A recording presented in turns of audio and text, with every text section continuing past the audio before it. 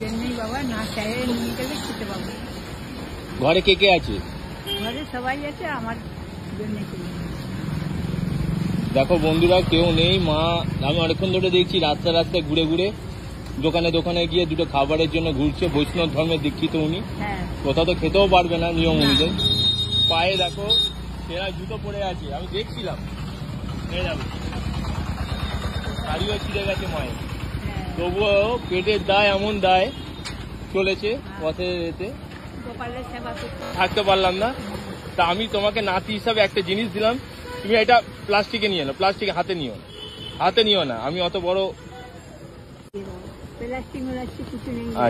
আচ্ছা, আঁচলে নিয়ে নাও। আমি মাকে যা পারলাম দিলাম, মুড়ে না।